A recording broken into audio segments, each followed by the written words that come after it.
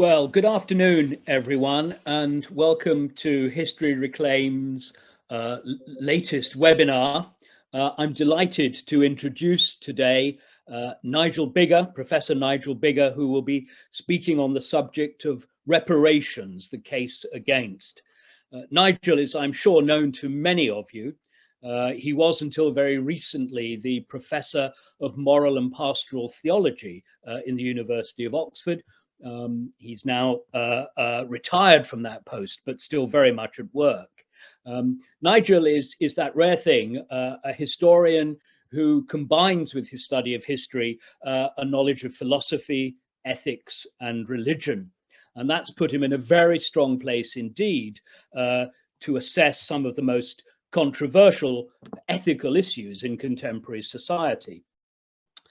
About 5 years ago, Nigel began a project to reassess the history and the moral reputation of empire.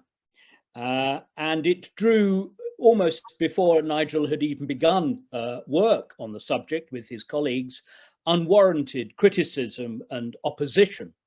But the result has been the triumphant publication of Nigel's recent book, Colonialism, A Moral Reckoning, published at the beginning of this year to laudatory reviews across the English-speaking world, and really a book of the moment. And I believe that his research group, who've been working with him over the past 5 years, will also be together publishing at least one volume of essays on the subject of as it were, interpreting the history of empire. And we look forward to that very much indeed. But this afternoon, I'm delighted that Nigel is with us to talk about the subject of reparations, the case against. Thank you, Lawrence, and thank you to History Reclaimed for giving me an opportunity to say what I think about the claim for reparations. Now, the principle that those who do an injustice should rectify it is, I think, common moral sense. No one disputes, I think, that Germany's post-1945 government should have restored stolen property to its owners or compensated them for its loss. In those circumstances, the identities of the Jewish wronged and the Nazi wrongdoers and the relationship between original victims and surviving family members were clear, and the harm done was definite and quantifiable. In those circumstances, restitution and compensation made good sense. However, the passage of time muddies the waters. As the moral philosopher Honora O'Neill has written, and I quote, "Claims to compensation have to show that continuing loss or harm resulted from past injury. This is all too often impossible where harms have been caused by ancient or distant wrongs. Is everybody who descends in part from those who were once enslaved or colonized still being harmed by those now ancient and distant misdeeds? Can we offer a clear enough account of the causation of current harms to tell where compensation is owed? Can we show who ought to do the compensating?" End of quotation. The riotous jungle of history overgrows and obscures the causal pathways. Take the case of British involvement in slave trading and slavery, for example. The victims themselves are, of course, all long dead, and short of God, an afterlife, and a final judgment, they lie forever beyond the reach of human compensation. As for their 21st century descendants, their present condition, while owing something to the enslavement of their ancestors, also owes much to events and choices in the almost 200 years since emancipation. Some would not exist at all if their ancestors had remained in West Africa to be sacrificed as slaves, buried alive with their deceased royal master. Many more would have been worse off because of divergent economic fortunes. According to World Bank data, in 2020, life expectancy in post-slavery Barbados was 24 years higher than in post-slave trading Nigeria. Literacy in Barbados in 2014 was almost 40% higher than in Nigeria in 2018.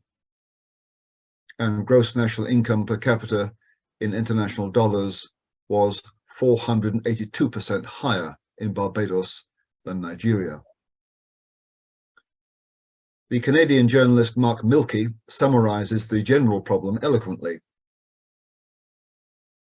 At some point, too many waves really have crashed onto the shore of our collective histories and retreated, and any effect from deeds committed long ago removed with the receding tide.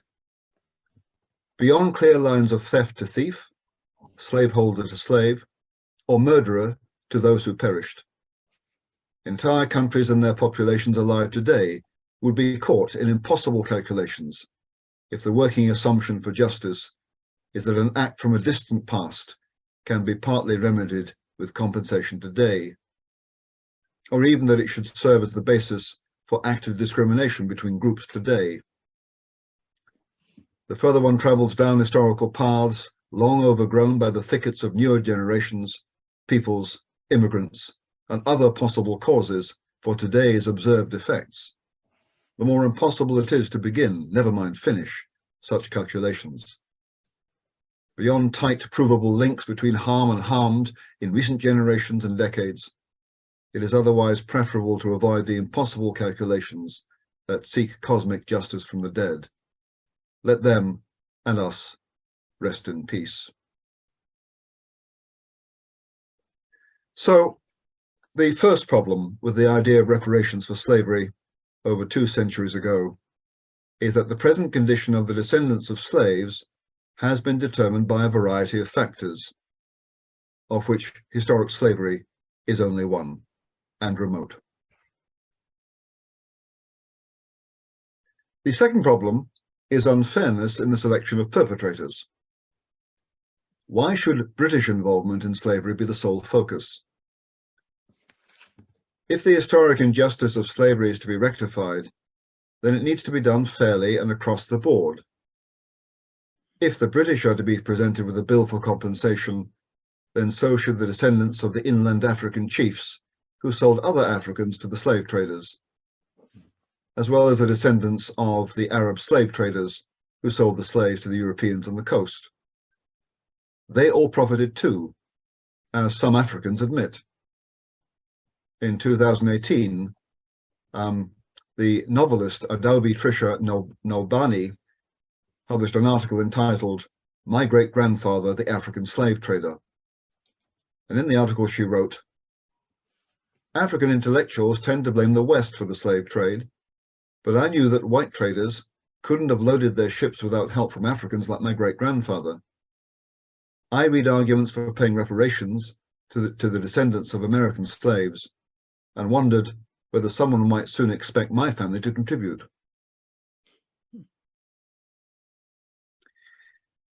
And if the playing field of reparations is to be level, the British themselves should seek compensation from the descendants of the early medieval Norsemen who traded English slaves down the Volga, and from the Barbary corsairs who raided Cornwall in the 1600s and carted off whole villages into slavery on the Mediterranean coast of North Africa. And if the British, then the Americans too, since in its early years, the United States spent a fifth of its entire national budget in tribute to the pirate states of Algiers and Tripoli in order to stop their raids on its ships and enslavement of their crews. Yesterday's oppressors were often the day before yesterday's victims.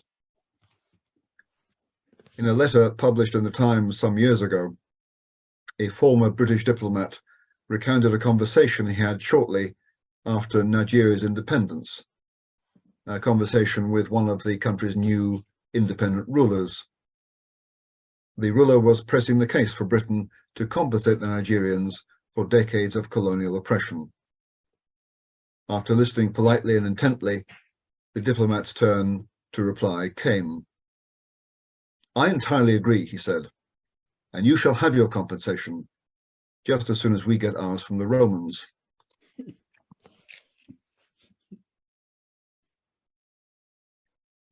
In addition to unfairness in the selection of perpetrators, there's also the issue of unfairness in the selection of victims. This is the third problem. If the intention is to right grave historic wrongs, why should slavery be the sole focus? The plight of medieval serfs or early industrial workers dwelling in urban slums may have been better than that of slaves toiling in the West Indies, but not very much better. As the Canadian political scientist Richard Vernon puts it, the list of all those who suffered at the hands of the states of the 18th, 19th and 20th centuries, whose failures of responsibility were almost universally appalling by our standards, is long and includes women, children, industrial workers, religious minorities, soldiers and sailors. How can we justify privileging African slaves?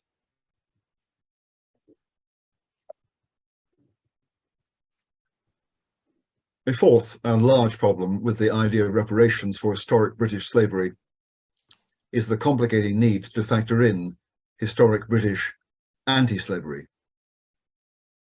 It is true that some British people profited from the trading and exploitation of African slaves for roughly a century and a half from 1650. Yet British involvement in that period wasn't at all extraordinary. Slave trading and slavery were universal practices, practiced on every continent by people of every skin color. Africans were capturing and selling other Africans to the Romans and the Arabs, centuries before Europeans entered the market in the mid-1400s. In the 1700s, the Comanche ran what one historian calls a vast slave economy in the southwest of what is now the United States. At the same time, black slaves in Jamaica who escaped the plantations and hid out in the forested interior, the so-called Maroons, kept slaves of their own. So common was the practice. For most of history, slavery was normal, and the early modern involvement of Britons in it was completely unremarkable. What was remarkable was the moral revolution that took place in the 1700s, in the late 1700s, in northwestern Europe, inspired by the conviction, partly Enlightenment, mostly Christian, that all human beings are basically equal regardless of race and cultural development. This caused the idea of some human beings owning others as their absolute property to become widely abhorrent.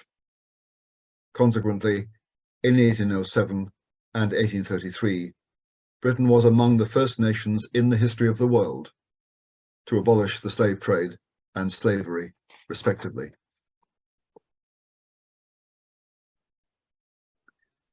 From then until the end of the empire in the 1960s, the British used their imperial power to suppress both the trade and the institution all over the world, from Brazil, across Africa, to India and Malaysia. In the 1820s and 30s, the Slave Trade Department was the largest unit in the British Foreign Office. And at its mid-century height, the Royal Navy devoted over 13% of its total manpower to the West Africa Station, so as to intercept slave trafficking across the Atlantic.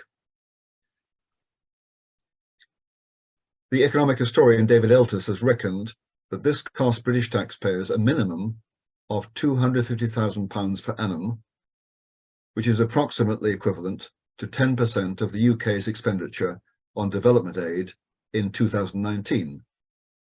And the British spent that on suppressing the transatlantic slave trade for 50 years, for half a century. Moreover, in absolute terms, the British spent almost as much attempting to suppress the trade in the 47 years, 1816 to 62, as they received in profits over the same length of time leading up to 1807. And according to Eltis, by any more reasonable assessment of profits and direct costs, the 19th century costs of suppression were certainly bigger than the 18th century benefits.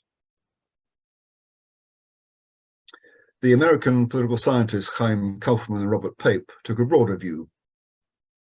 In addition to the costs of naval suppression, they considered the loss of business caused by abolition to British manufacturers, shippers, merchants and bankers who dealt with the West Indies.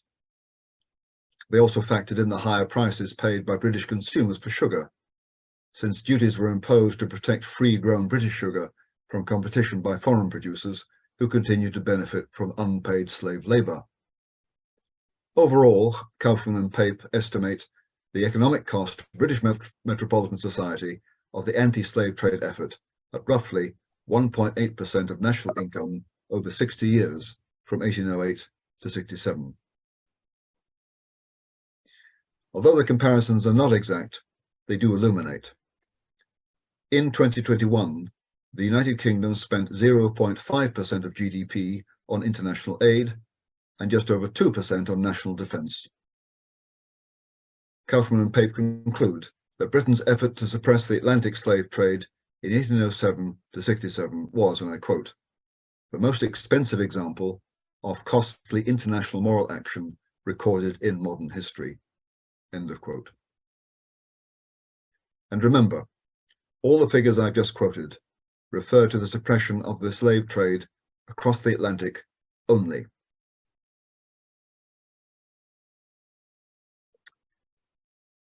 So just to summarize at this point, as I see it, there are at least 4 major flies stuck in the ointment of the argument in favour of British reparations for historic slavery. First, the variety of causal factors determining the present condition of the descendants of African slaves. Second, unfairness in the selection of perpetrators. Third, unfairness in the selection of victims. And fourth, the need to take account of sustained British anti-slavery endeavours.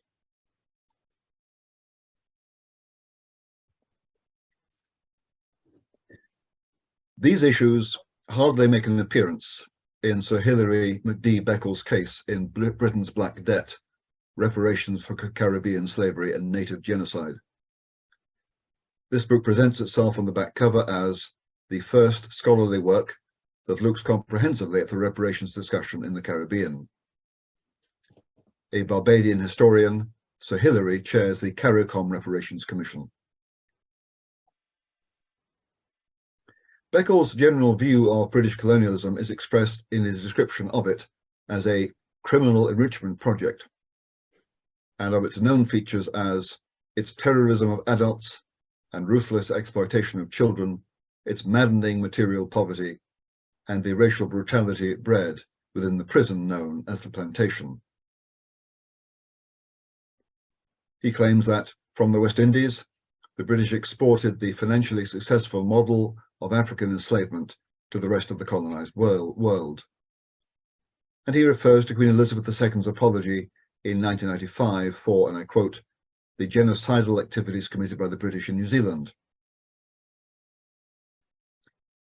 Now, this description of British colonialism will seem risible to anyone who finds generally plausible the account I've given in my book, Colonialism, A Moral Reckoning. One symptom of Beckles' politically charged inaccuracy is that the royal apology he referred to was for the punitive confiscation of Maori lands in 1865, which, however wrong, fell far short of genocide.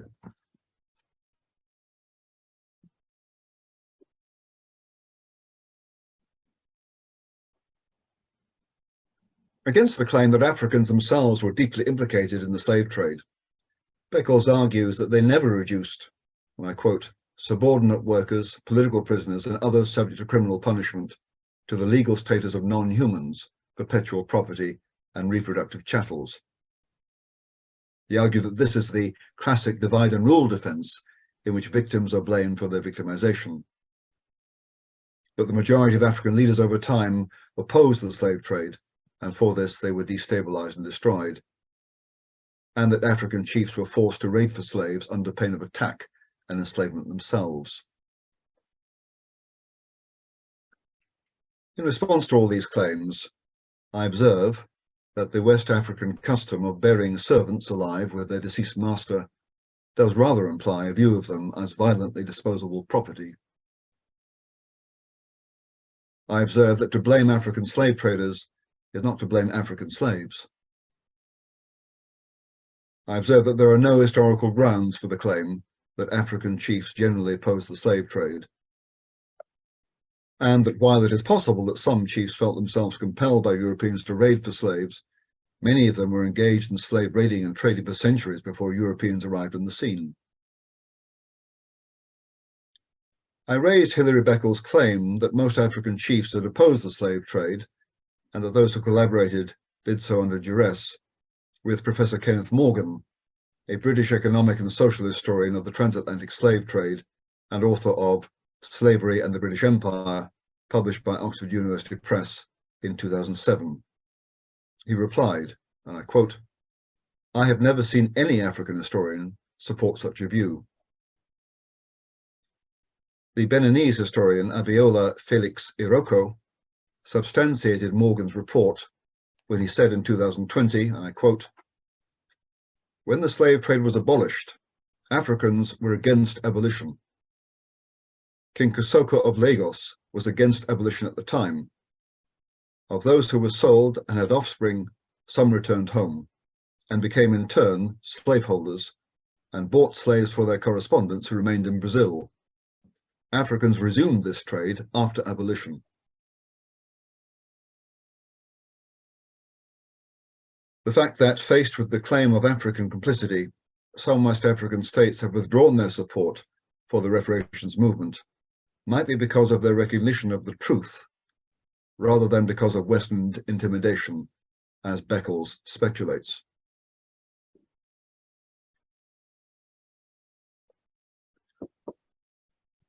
On the issue of the extent to which Britain's wealth and power was built on the slave trade and slavery, Beckles is unequivocal. He writes, "It is important for British society to acknowledge that its development as a nation state, the transformation of its economy to sustainable industrialization, and its global standing as a superpower among nations were founded upon a crime against humanity in the form of racial chattel enslavement of African bodies and the global trafficking of these bodies for 300 years. In adopting this view, Beckles declares himself particularly indebted to Eric Williams, whose scholarship underpins much of this work, he writes. He is aware that Williams' thesis in Capitalism and Slavery, a famous thesis published in 1940, Beckles is aware that Williams' thesis has been criticized, and he writes, "Conservative economic historians launched a crusade against it. In most cases, there were layers of ideology, distinctly Eurocentric, and sometimes with racial undertones." Nevertheless, Beckles argues that Williams' continued capacity to stimulate further research speaks to the essential correctness of his thesis. In defense of his position, he invokes Robin Blackburn, former editor of the New Left Review and the author of The Making of New World Slavery from the Baroque to the Modern, 1492 to 1800. And indirectly through him, he appeals to the Marxist tradition of British historiography with its leading lights, Eric Hobsbawm and Christopher Hill. Such British scholars, steeped in the study of labour history and I quote, "with a deep intellectual commitment to social justice," he tells us, have tended to treat the issues raised by Williams more fairly. Knowing the tendency for capital to subject labour to a basic subsistence level, they've recognised the importance of African enslavement to the rise of industrial capitalism in general. In addition to Marxist historians, Beckles also enlists some critics of Williams. The ardent critic, David Richardson, he argues, nonetheless essentially agreed with the fundamental correctness of Williams' research when he wrote in 1987 that Caribbean-based demands may have accounted for 12% of the growth of English industrial output in the quarter century before 1776. Although West Indian and related trades provided a more modest stimulus to the growth of British industrial production than Williams imagined, they nevertheless played a more prominent part in fostering industrial changes and export growth in Britain during the third quarter of the 18th century than most historians have assumed. That's quoting Richardson. And summarising Kenneth Morgan's own position, Beccles writes, "For Morgan, the slavery system was not the cause of British development. It was a stimulus." Williams wouldn't have disagreed.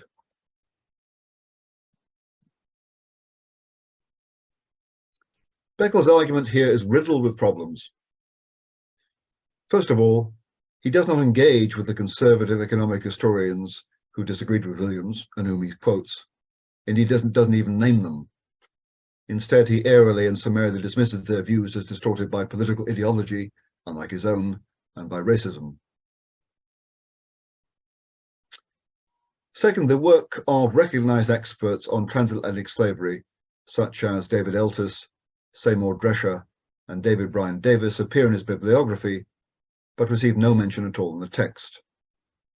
It was David Bryan Davis who declared in 2010 of Eric Williams' 1940 thesis, that is, it has, quote, now been wholly discredited by other scholars. Third, Beccles identifies himself with a theory-driven Marxist-Leninist reading of colonial economics, which, as chapter 6 of my book shows, has not fared at all well when brought into contact with the historical data. Fourth, Beccles' claim that Richardson and Morgan end up confirming Williams' thesis is just not true. That thesis was not that the profits from the slave trade were merely an economic stimulus, no one denies that, but that they made, and I quote, an enormous contribution to Britain's industrial development. That is Beccles' position too. Britain's wealth and power were founded upon a crime against humanity. In contrast, Richardson judges the contribution of the slave trade and slavery to be more modest. 12% is significant, but hardly enormous. And Morgan reckons that it would be incorrect to claim that the profits from the trade were, and I quote, a major stimulus for industrialization in Britain, but rather that they played a significant, though not a decisive part in its evolution. Fifth and finally, Hilary Beccles is completely oblivious to the century and a half of costly British imperial endeavour to suppress the slave trade and the institution of slavery all over the world.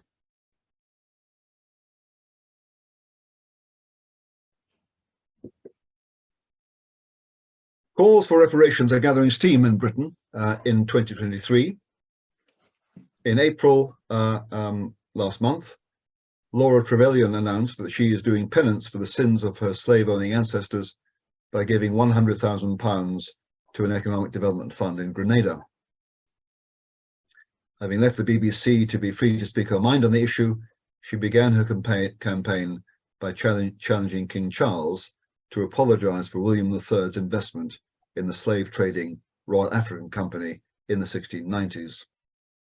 Then, just under a fortnight later, Bell Ribeiro Addy, the Labour MP for Streatham, picked up the baton by demanding that Rishi Sunak, the Prime Minister, quote, offer a full and meaningful apology for our country's role in slavery and commit to reparatory justice. If the Labour Party forms the next government after the general election of 2024, we can expect this demand to intensify. Laura Trevelyan has invoked the supposed authority of Hilary Beccles, and almost every one of the 15 chapters of Beccles' book, Britain's Black Debt, begins with a quotation of a member of a recent British Labour cabinet or shadow cabinet, including Diane Abbott. Yet, however well-intentioned or politically expedient they may be, calls for Britain to pay reparations for slavery are, in my view, nonsense. They make no sense. They simply don't add up.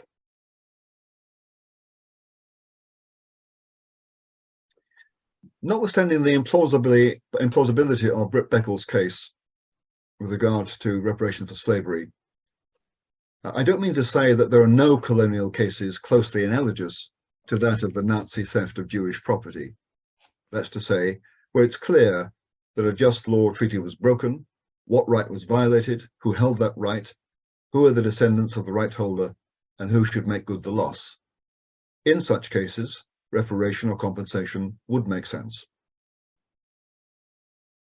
However, many, perhaps most cases, where native peoples now assert historic rights to land allegedly stolen from their ancestors are not of that kind. The rights they assert are not legal but moral. They can't be legal because when Europeans first arrived on the native shores, there was no international law that fixed what the native peoples held and what the migrants could claim by legal right. Talk of non-conventional, natural, moral rights misleads, I think, because the very concept of a right being originally legal implies a fixity that doesn't exist.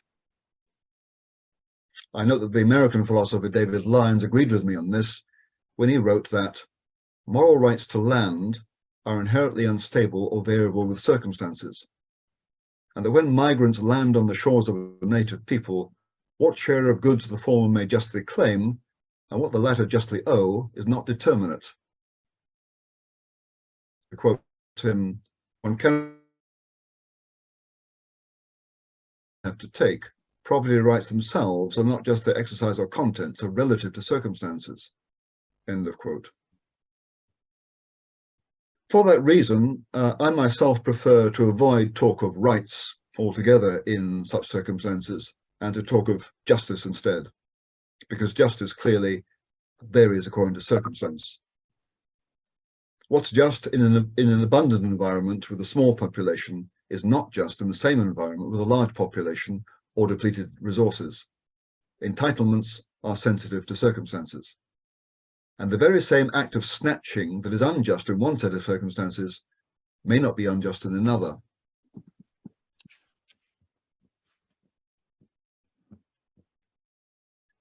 What this means is that even if there was an injustice done in the past, reversing it may not achieve justice in the present. For example, the historic theft of land meant a gravity of loss to my ancestor in 1800 that it cannot mean for me in 2020, now that I'm supported by a welfare state. Similarly, if you now sit on the land stolen from my ancestor, simply returning it to me would do you an injustice, insofar as you have built a life and an economy on it, and are not culpable for the original wrong. The legal philosopher Jeremy Walden has written, "There have been huge changes since North America and Australasia were settled by white colonists. The population has increased manyfold, and most of the descendants of the colonists, unlike their ancestors, have nowhere else to go.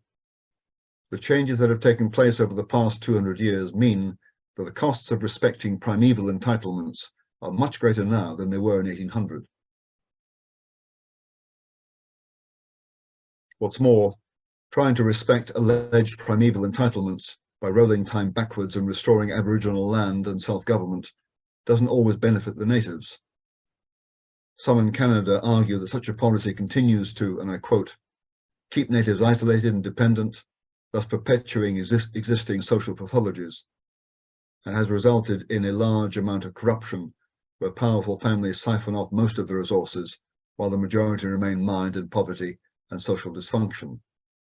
Privileged leaders live in luxury and are paid huge salaries, while most Aboriginal people rely on social assistance." End of quote. The general point here is, whatever the injustice in the historic past, simply trying to reverse it doesn't necessarily do justice. In the face of these intractable complications, Jeremy Walden concludes that our focus should lie in addressing present injustices rather than trying to untangle historic injustices. And I quote, "It's the impulse to justice now that should lead the way, not the reparation of something whose wrongness is understood primarily in relation to conditions that no longer obtain. Entitlements fade with time, counterfactuals are impossible to verify, injustices are overtaken by circumstances." Honora O'Neill, the philosopher, agrees with him, writing, "Compensation is required for present harm caused by past wrongdoing, not simply for current disadvantage however caused. Unless we can trace the causal pathways, we can't tell who has gained from ancestral wrongdoing, and should now shoulder the costs of compensating those whose present disadvantage was caused by past wrongdoing. It may therefore make more sense to argue for a distributive or redistributive account of aspects of justice, which seeks action to redress present disadvantage, whatever its origins."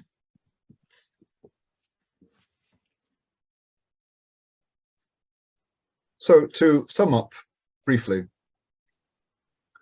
where there are cases closely analogous to that of the German state's post-1945 restitution of Jewish property, reparations would, I think, be appropriate. Historic British involvement in slave trading and slavery is not such a case. And the claim that the British owe reparations for their involvement raises at least 4 objections. Not one of these objections does Hilary Beckles' book-length case for Britain's Black Debt address, far less dislodge.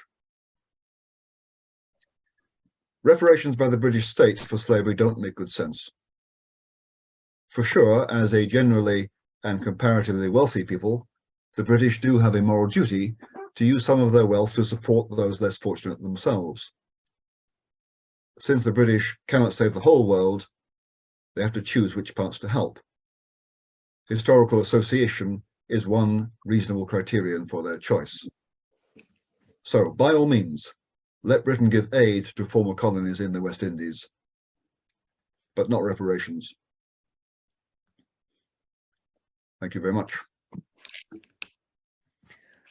Well, thank you very much indeed, Nigel, for that wonderful talk, really, laying out the issues and the problems with the idea of reparations. I wonder if I can start the questions, perhaps playing devil's advocate. We've tended, I think, to think of reparations as monetary compensation going to individuals for sins inflicted, as it were, on their ancestors in the past, individuals receiving compensation for violence and so forth that was meted out to other individuals. But there is an argument that reparations are required because of the economic distortions to the economies, for example, of the West Indian islands where sugar was grown, which might have developed in different ways and which still to this day, in a sense, bear the economic scars of colonialism and the particular kinds of tropical products that were grown there. So the question then becomes how else those economies might have developed and whether there's a need to pay reparations for the distortions that we and other Western and European powers have imposed. I wonder if you have a view on that. Yeah, so I suppose, I mean, first of all, the question of what the truth of the matter is. I mean, what the evidence is that, yes, of the present impact of the slave economy on the states in the West Indies.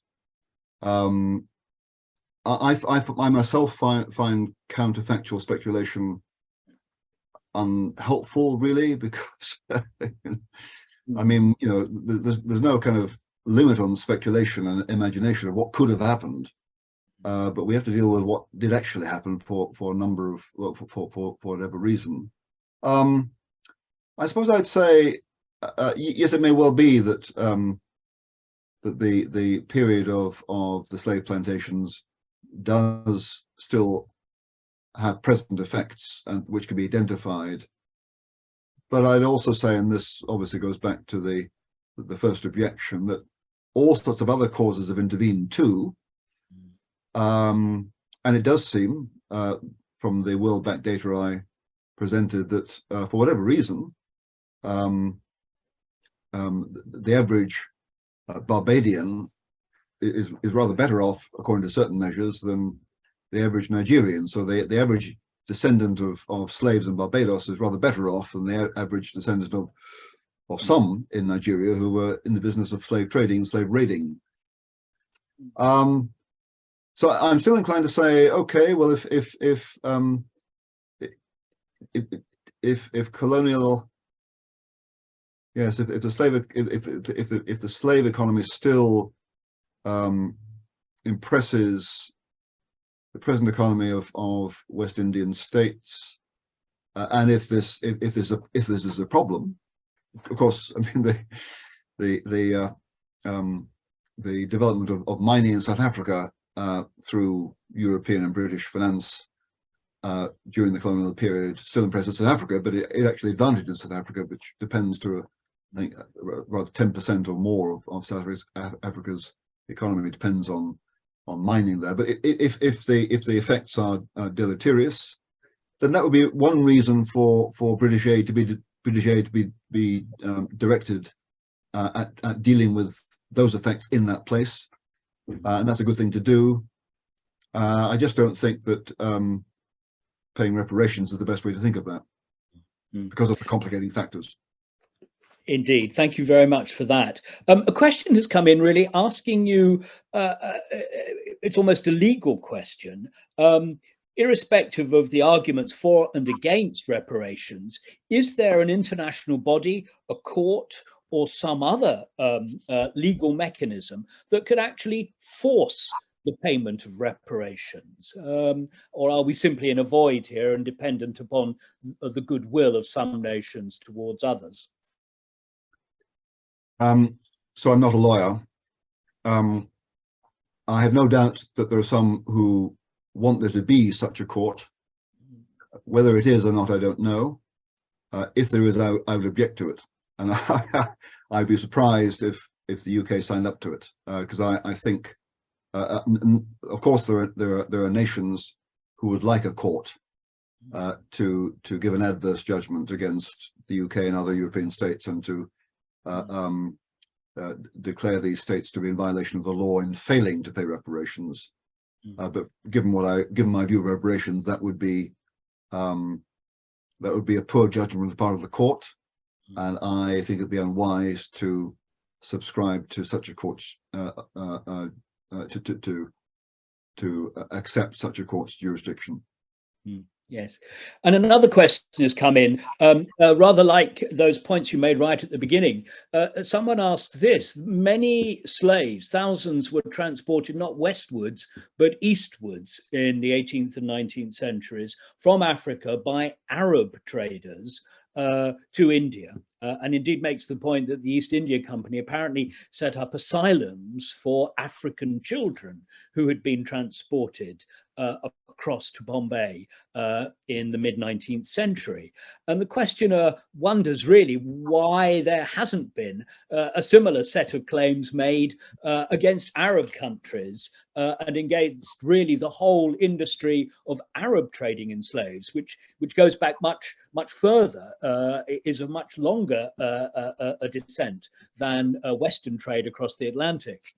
Now, that's a really important question, Lawrence, and bears a lot of scrutiny, because it is evident, is it not, that the current obsession with colonialism, slavery, is focused sharply and myopically on European British colonialism and slavery, and as I've said, as you know, as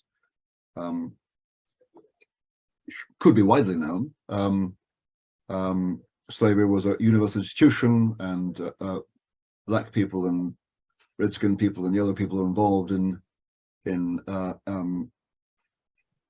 enslavement and slave trading for centuries, long before Europeans got involved in it. So why the focus on, I'll put this in these terms because I think it's to the point, why the focus on white people? Well, it's because it's political. Surely it's political. I mean, this is the only explanation I have.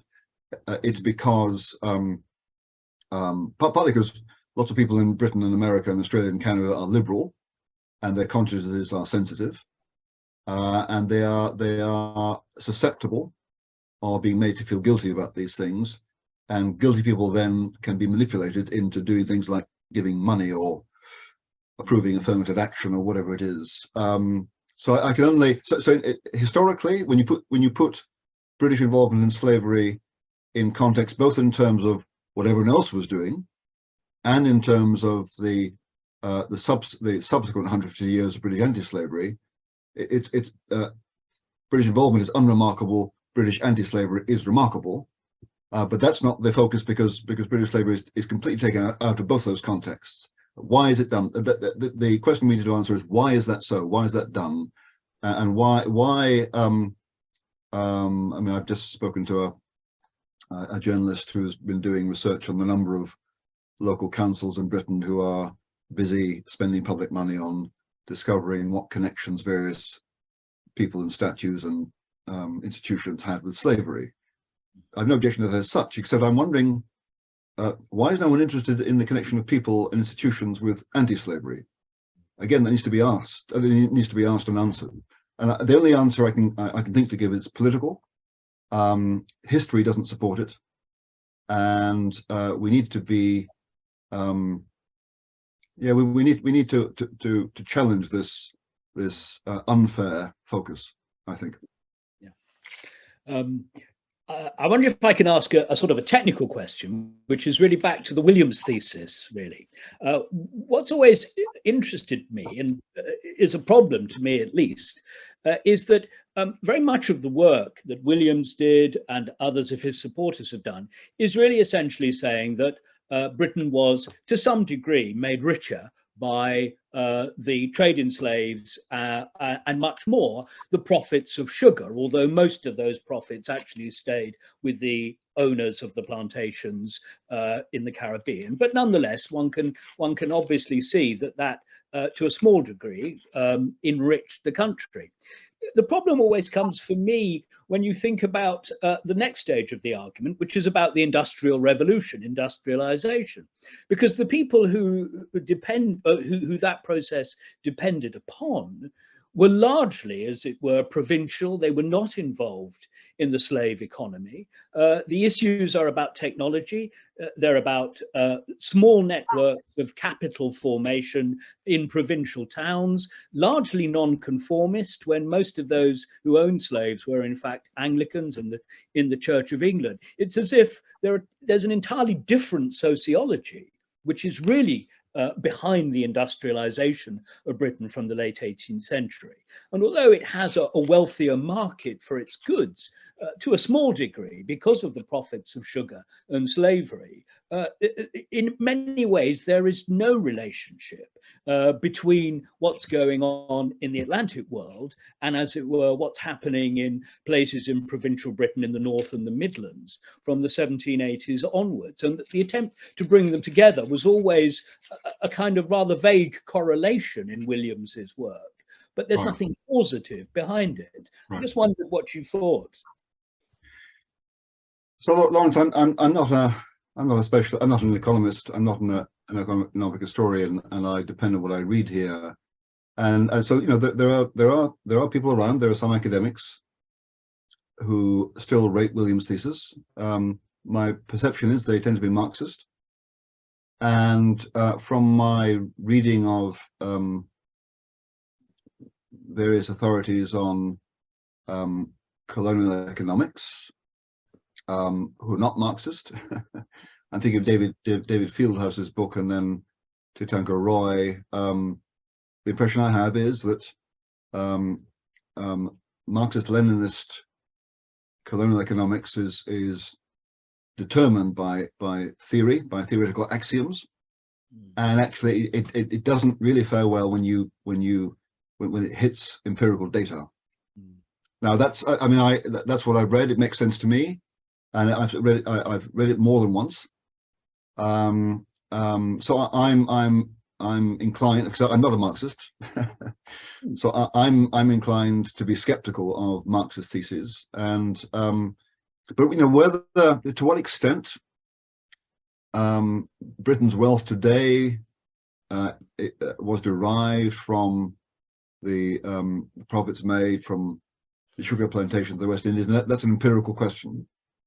Common sense tells us that in the last 200 years, all sorts of other factors have played a major part.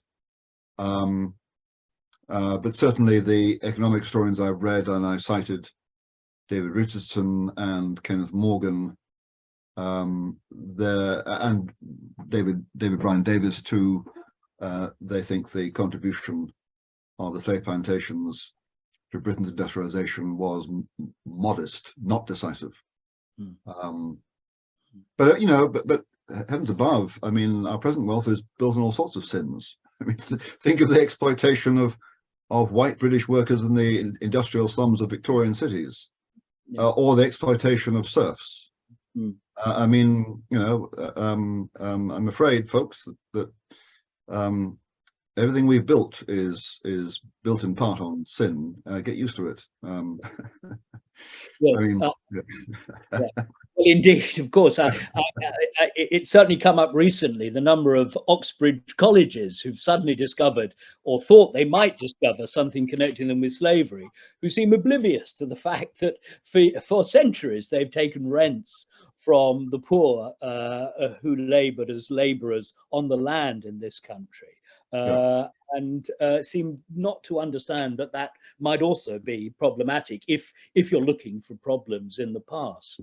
Another, yes, So could you say that? I mean, I think I'm speaking as both a convinced and professional Christian here. I mean, the notion that human beings are flawed and sinful, and what we inherit was produced by a mixture of virtue and vice is common sense to me. What does that mean for institutions? Well, it means a bit of humility would be good. But given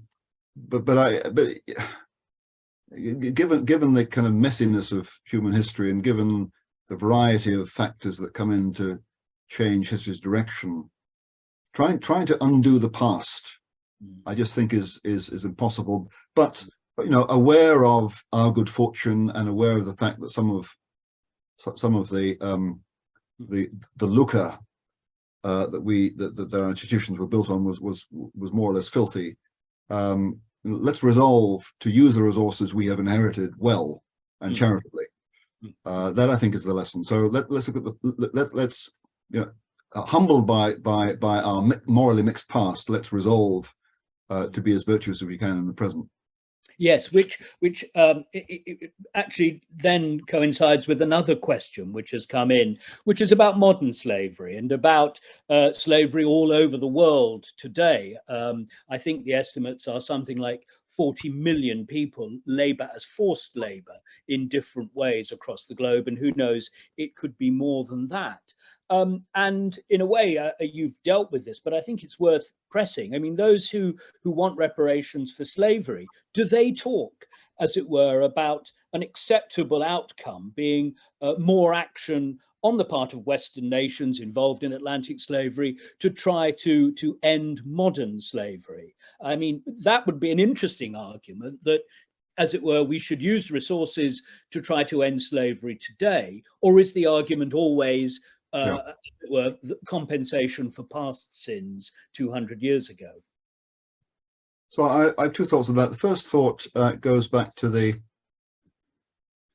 campaign in Oxford in 2015-16 to dismantle the statue of Cecil Rhodes on the back of Oriel College on Oxford's High Street. And I observed that here we had a few hundred evidently fortunate and therefore privileged, usually postgraduate students here in Oxford University, and a few of their professors clamoring for Rhodes's downfall.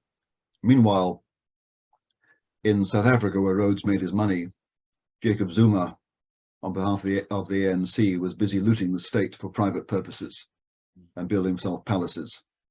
And but our indignant protesters weren't bothered about that. So switching to the issue of slavery. So no, I mean, it's interesting. Obviously, Hilary Beckles is concerned about compensation for what he regards as the injustices done to people in the Caribbean. So it is in a certain sense self-interested. I'm sure that Sir Hilary believes in his cause and believes it's only just that people in the West Indies should be compensated, but that's his concern, not the wider contemporary concern of widespread human trafficking. But yes, the focus on historic slavery is a very narrow one. Yeah. I really have a final question for you. I'm sure this has happened to you in recent years, Nigel. It certainly happened to me. I've been asked to give lots of lectures on the history of slavery. to lots of well-meaning British audiences who think they need to know about something that hasn't been explained to them before, and who come with great curiosity and not moral fervor, but a desire to be properly informed, thinking that that's really part of citizenship, to understand. Admit thing. I would say this is an answer to the reparations argument, but it seems to me to be a way of actually acknowledging the history. That we might, for example, set up a museum connected with Britain's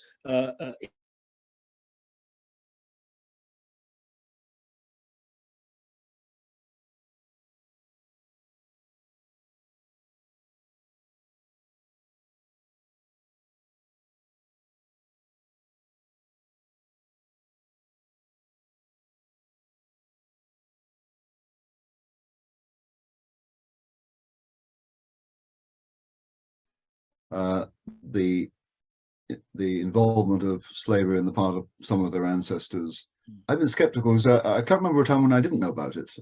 Now, maybe I'm peculiar when I like reading history, so I know about it. I kind of think that I must have gained it at secondary school, a knowledge of slavery, or I'm sure I read about it. But it may be that given the state of history curricula in our schools, that some people manage to get out of school without knowing about it. So if it's true, I think absolutely it's important that we know about the history of slavery. It's important we know about the history of the British Empire and of immigration from the empire. My only qualification would be to say, by all means, if we're going to learn about the history of 150 years worth of slavery, we need also to know about the 150 years of more recent anti-slavery. So let's have the whole story. Yeah. Well, I think on that point, Nigel, we would all agree with you. Certainly, we stand at History Reclaimed for telling history properly, all of history, without bias and without ideology, and on the basis of the evidence. And I think that's what you've done brilliantly in an hour this evening. Thank you so much for that tour d'horizon, that tour de force, really, on the subject of reparations, but also really a masterclass in some very important aspects on the history of slavery itself. So thank you so much, Nigel Biggar, for talking to us this afternoon on reparations. Thank you. Thank you, Lawrence. Goodbye.